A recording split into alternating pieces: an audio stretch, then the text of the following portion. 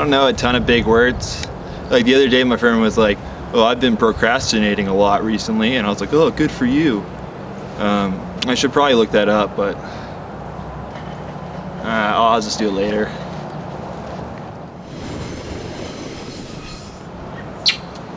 I applied for a job at a smoke shop. I didn't get it though. They drug tested me and I passed. Yeah, apparently I'm not what they're looking for. My conservative family calls me a snowflake because they really only see me during the holidays.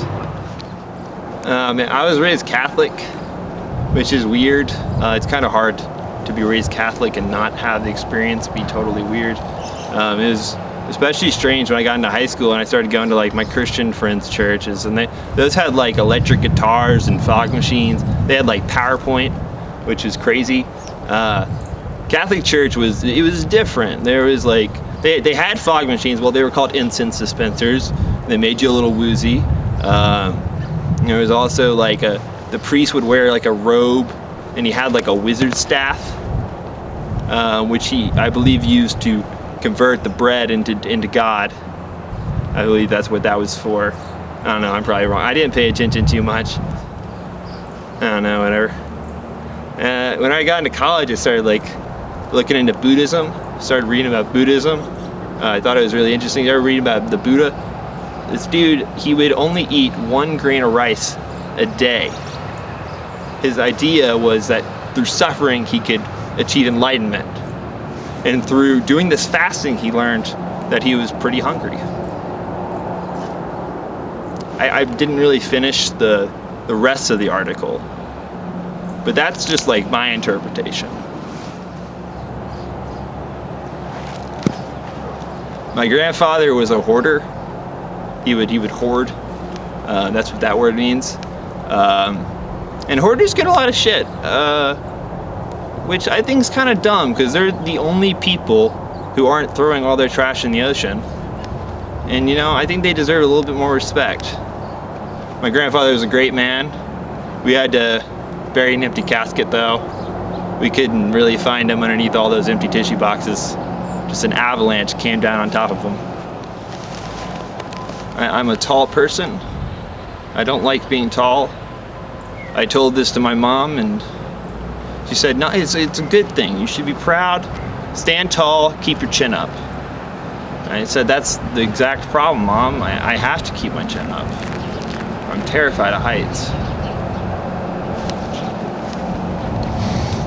10, 9.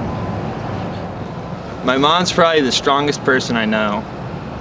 We would go to the movies all the time growing up, and I remember this one time, this is bullshit, I wasn't really conscious yet, but she got yelled at by the staff in the movie theater for breastfeeding. And you know, she was a very progressive person. I mean, she still is. But she started telling about how women have the moral right to breastfeed in public and how it's ridiculous. She was even in a rated R movie. They were showing titties on the screen and she was breastfeeding. And then the dude, he said, "Well, actually, we really just have a pretty strict rule against outside food and drink."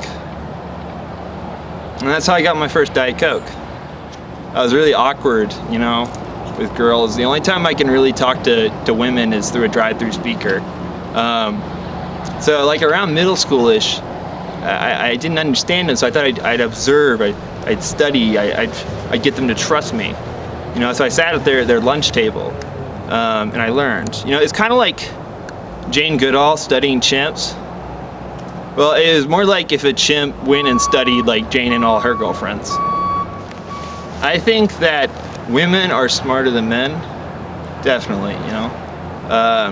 Really the only thing I think is smarter than a woman is probably a dolphin. And dolphins are really smart. I think that maybe the only thing smarter than a dolphin is probably a woman dolphin. And scary too.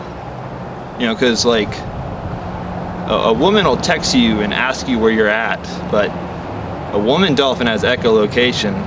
She already knows, and she's furious.